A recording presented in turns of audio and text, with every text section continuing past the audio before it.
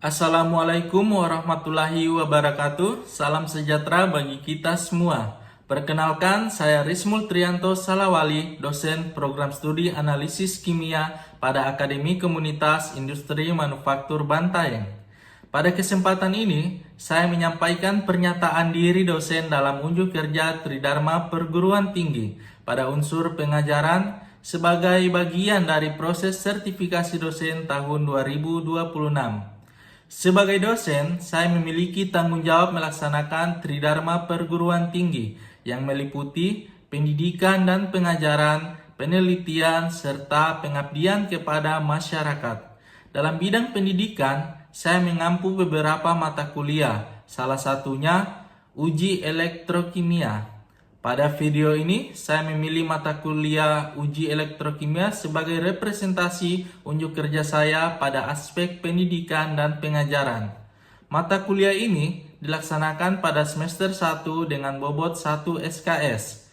Deskripsi mata kuliah uji elektrokimia mempelajari dasar-dasar elektrokimia, penerapannya dalam kehidupan sehari-hari, dan metode-metode analisis kuantitatif berdasarkan pengukuran sifat listrik larutan analit.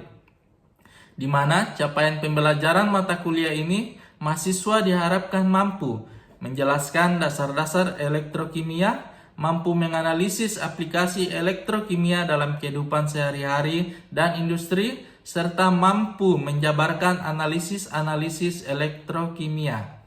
Pada proses pembelajaran dilaksanakan secara tatap muka dengan metode ceramah, diskusi, serta latihan soal.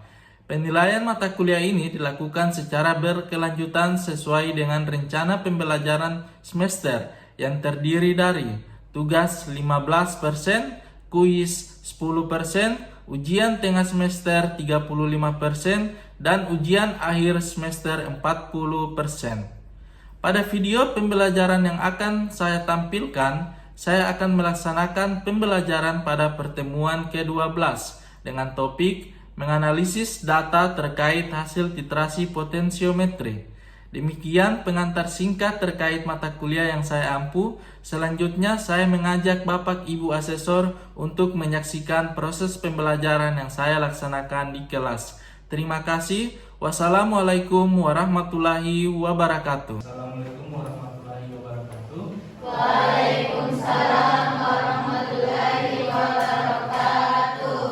Oke, hari ini kita akan mempelajari terkait metode titrasi potensiometri. Sebelumnya di pertemuan sebelumnya kita sudah membahas terkait bagaimana metode-metode yang dilakukan di dalam uji elektrokimia sendiri. Pada kesempatan pagi hari ini kita akan membahas terkait metode terkait potensiometri, di mana nanti pada saat metode potensiometri kita gunakan ini tentunya kita menggunakan yang namanya titrasi potensiometri. Oke, lanjut. Potensiometri ini sendiri terdiri dari dua kata, ada potensio dan ada metri. Di mana potensio ini sendiri adalah merupakan potensial atau beda potensial. Biasanya beda potensial ini nanti dilakukan pengukuran di dalam larutan analit. Sedangkan metri ini sendiri adalah metode pengukuran. Oke, dalam hal ini potensiometri ini sendiri kira-kira definisinya apa? Kira-kira ada yang bisa membantu saya menjawab terkait metode potensiometri ini sendiri apa? Kalau kita definisikan. Oke, coba apa kira-kira metode potensiometri? Potensiometri merupakan metode pengukuran untuk mengukur potensial sel dalam larutan. Oke, baik. Kira-kira ada yang lain lagi? Oke. Potensiometri juga dapat menentukan konsentrasi ion dalam larutan. Oke, jadi keduanya cukup jelas ya, bahwa potensiometri ini sendiri merupakan cabang ilmu kimia yang mempelajari terkait pengukuran terhadap potensial elektroda. Biasanya elektroda yang kita gunakan di dalam potensiometri ini adalah pH meter. Oke, Tentunya nanti materi ini akan berkaitan dengan praktikum yang akan kalian lakukan terkait literasi potensiometri. Potensiometri ini sendiri prinsipnya itu adalah pengukuran analitik kimia berdasarkan perubahan potensial atau jumlah elektron dari elektroda untuk mengetahui konsentrasi suatu analit. Jadi dengan menggunakan literasi potensiometri kita akan mengetahui konsentrasi analit yang sebenarnya yang kita gunakan. Biasanya kalau di literasi kita memerlukan yang namanya literasi standar terlebih dahulu kan. Itu fungsinya sebagai apa? Kenapa kita harus melakukan standarisasi terlebih dahulu? Untuk mengetahui konsentrasi. Coba lupa angkat tangan, apa? Kira-kira kenapa alasannya? Pak, Ya. untuk mengetahui konsentrasi yang sebenarnya, Pak. Oke, betul. Jadi kenapa kita melakukan standarisasi terlebih dahulu?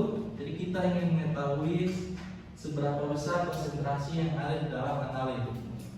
Walaupun kita sudah tahu seberapa besar jumlah konsentrasi yang ada di dalam larutan, tetapi dengan perubahan lingkungan itu bisa mempengaruhi terjadi penurunan terhadap konsentrasinya. Oke? Di dalam potensiometri ini sendiri biasa ada beberapa metode yang kita bisa gunakan: literasi asam basa, literasi reduksi oksidasi, serta literasi pengendapan dan pembentukan kompleks. Tetapi pada kesempatan pagi ini kita akan membahas bagaimana literasi asam basa. Ini juga berkaitan dengan praktikum yang akan kita laksanakan. Oke? Kurang lebih pada saat kita melakukan literasi potensiometri, kita punya peralatan seperti ini. Di sini ada buret, di sini ada gelas kimia, ada apa lagi? Komplet serta elektroda yang kita gunakan. Di dalam elektroda ini yang kita gunakan adalah pH meter. Oke, pH meter ini fungsinya untuk apa? Ini untuk mengukur beda potensial yang ada di dalam larutan. Jadi kita akan tahu nanti pada saat elektroda ini dicelupkan berapa pH-nya yang ada di dalam larutan ini sendiri. Oke, kurang lebih kita punya ilustrasinya seperti ini ya. Ini gambarnya ya. Ini larutan. Terus ini ada bulet. Biasanya larutan analit yang kita gunakan ini adalah larutan yang bermuatan apa? Biasanya larutan apa yang bermuatan apa? Aples. Toh? Sedangkan yang ada di buret itu amin. Oke. Jadi setiap tetesan yang kita teteskan dari buret masuk ke dalam analit ini akan mengurangi jumlah konsentrasi yang ada di dalam analit ini sendiri. Apa akibatnya ketika kita selalu tambahkan titran ke dalam analit? pH-nya akan ikut berubah. Jadi setiap yang kita teteskan, satu tetes demi tetes, ini akan merubah jumlah konsentrasi yang ada di dalam analit. Kalau kita lihat dari gambar ini, dari ilustrasi di gambar ini, reaksinya menghasilkan A+ ditambah OH- jadi apa? H2O. Bias ini kan secara umumnya amin sama A+. Kalau kita ganti misalnya ini HCl, ini NaOH, reaksinya seperti apa?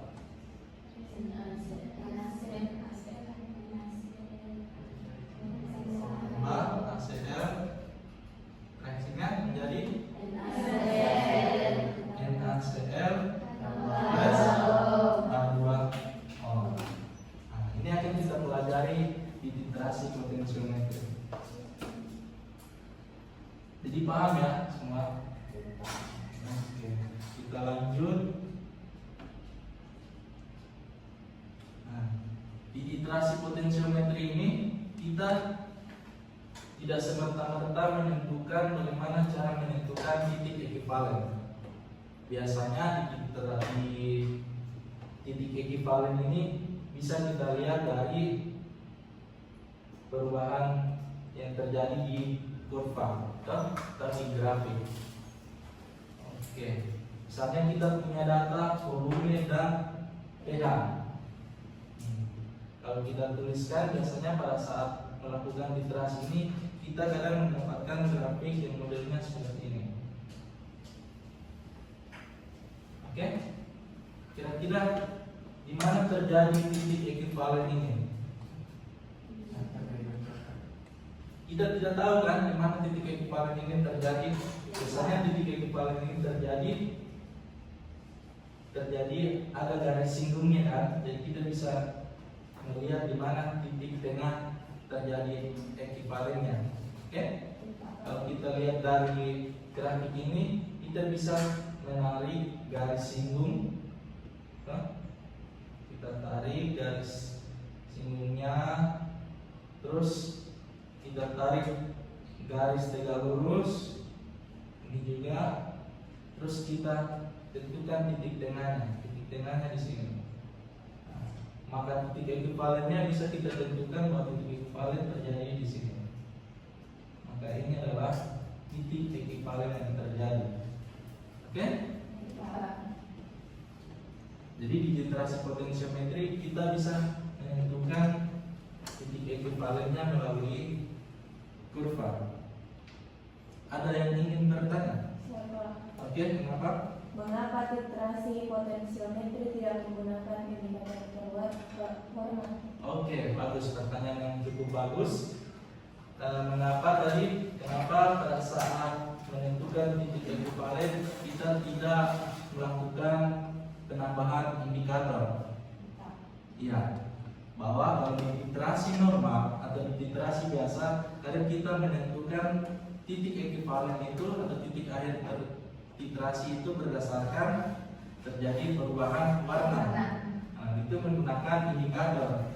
Tetapi kalau di literasi potensiometri kita cukup menentukan titik ekivalennya itu berdasarkan grafik. Nah, itu adalah salah satu keuntungan kalau kita menggunakan literasi potensiometri dibandingkan literasi biasa. Jadi kita tidak memerlukan bahan yang namanya indikator warna lagi. Kalau indikator warna kan kita bisa lihat kan, oh titik akhir literasi berarti terjadi perubahan warna. Nah, maka dengan terjadinya perubahan warna, maka di situ bisa kita lihat bahwa akan terjadi yang namanya titik ekivalen. Tetapi kalau di literasi potensiometri kita hanya menentukan titik ekivalen berdasarkan kurva hasil perubahan volume dan potensial yang dihasilkan oleh pH meter. Oke, dari sini bisa kita lihat di sini terjadi titik ekivalennya dari kurvanya. Oke, paham semua? Oke, ini kalau kita menggunakan literasi normal kan, bentuknya seperti ini. Kita juga punya cara lain bagaimana menentukan hasil titik ekivalen berdasarkan turunan pertama dan turunan kedua. Dan ini lebih memudahkan kita pada saat pembuatan kurva kalibrasi. Walaupun perhitungannya cukup rumit, tapi di sini kita akan mengolah datanya memang seperti ini, dari literasi normal, literasi pertama hingga literasi turunan keduanya. Oke, bisa kita lihat di sini di papan tulis literasi normal, datanya kita misalkan punya data volume 0,00, 2,0, 4,0, 10,0, 12,0. Sedangkan literasi normal untuk pH sendiri ini 2,89, 4,52, 5,6 dan seterusnya. Dan iterasi pertama di turunan pertama, untuk menentukan turunan pertama, rumus yang kita gunakan adalah delta pH terhadap delta volume. Kita hapus dulu ya.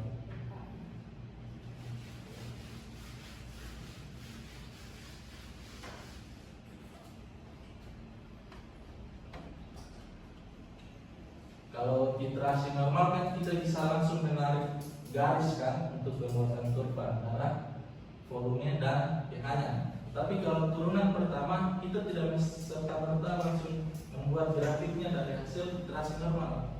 Tapi kita harus hitung dulu menggunakan rumus yang kita gunakan. Untuk turunan pertama ini ya, turunan pertama delta pH per delta P. Oke. Di sini bisa kita lihat ya, delta pH dari mana hasilnya? 4,52 dikurang 2,89 dibagi berapa? 2,00 kurang 0. Nah, oke, jadi kita anggap saja 2,0. Nah, ini hasilnya berapa? 0,815. Ini untuk turunan pertama. Dan untuk turunan kedua, rumusnya itu adalah delta kuadrat pH dibagi delta. Ini dari mana rumus ini? Kenapa bisa terjadi delta kuadrat pH bagi delta P kuadrat? Ini dari turunan pertama ya.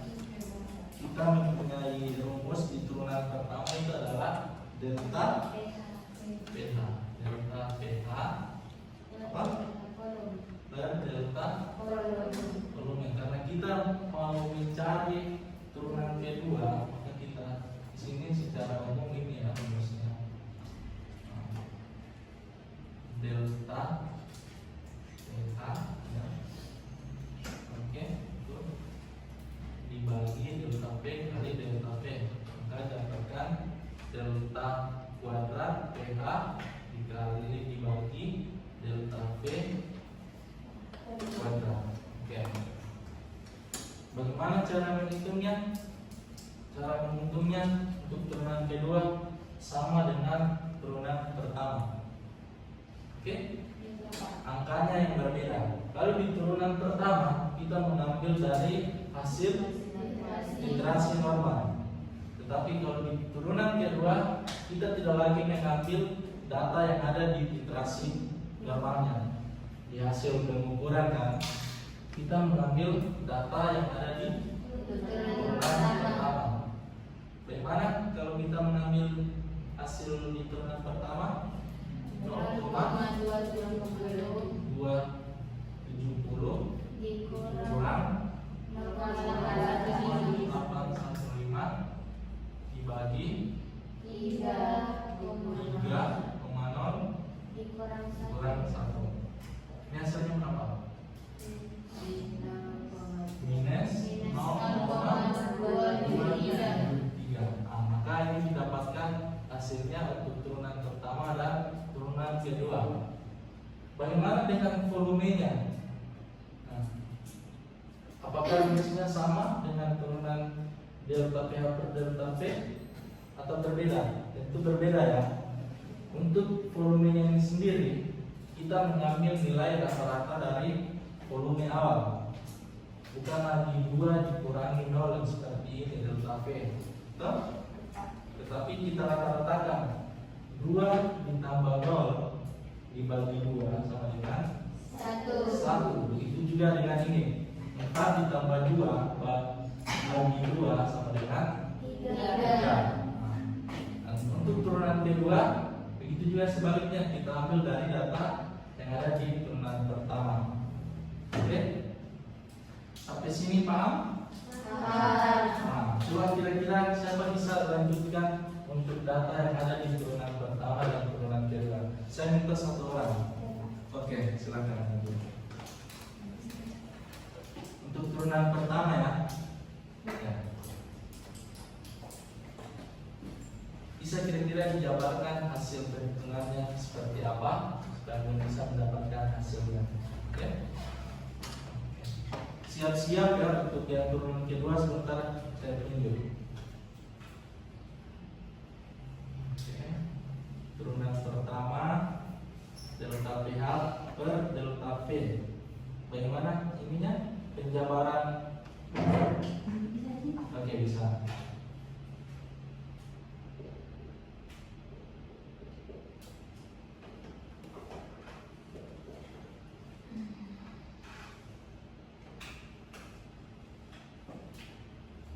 Oke, delta PH berapa?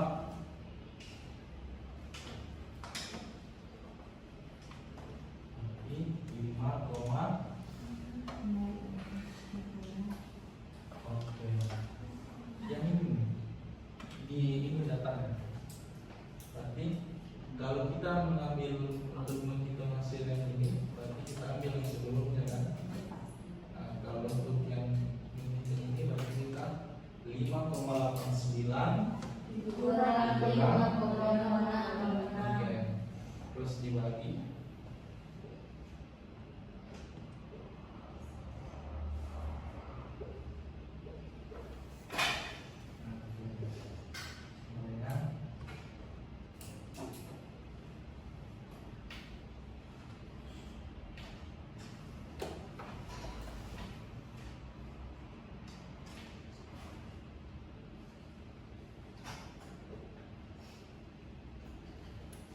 Oke, berapa hasilnya? 0,3 dibagi 6,00. Berapa hasilnya? 0, berapa? Coba. 0,138. Oke. Oke. Jadi kita sudah mendapatkan turunan pertamanya ya dari hasil ini. Ini kita kurangkan, terus kita bagi, hasilnya cuma 1 dikurang 4. Maka hasilnya adalah 0,138. Di sini berapa? 10 tambah 4 dibagi 2 7,00. Oke, coba bisa dilanjutkan untuk turunan kedua. Ada bisa? Oke, coba. Oke, gimana?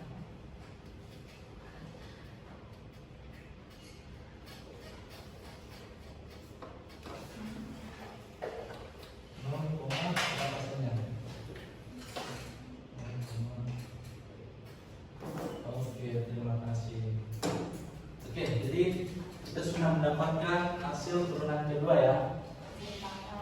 Oke, delta kuadrat PH per delta P kuadrat menghasilkan minus 0,033. Berarti volumenya 7 ditambah 3 berapa? 5,0. Jadi sudah paham semua ya bagaimana cara menentukan turunan pertama dan turunan kedua dari hasil iterasi. Oke, jadi masih ada sebagian mungkin teman-teman bisa melanjutkan nanti tugasnya di rumah ya. Oke. Biasanya dari hasil pengukuran turunan pertama sama turunan kedua, kita bisa mendapatkan grafik yang berbeda dengan iterasi pada umumnya. Kalau iterasi normal pada umumnya seperti ini grafiknya. Tapi kalau pada iterasi ini bisa dihapus ya.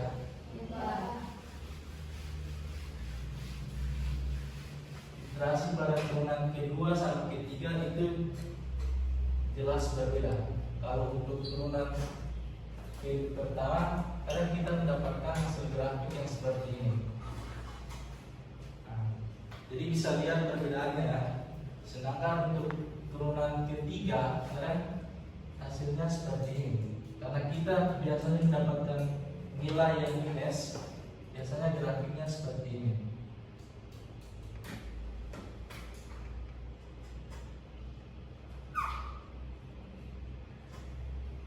Seperti ini ya. Oke. Kalau turunan iterasi normal, kadang kita masih sulit untuk menentukan di mana titik ekivalennya.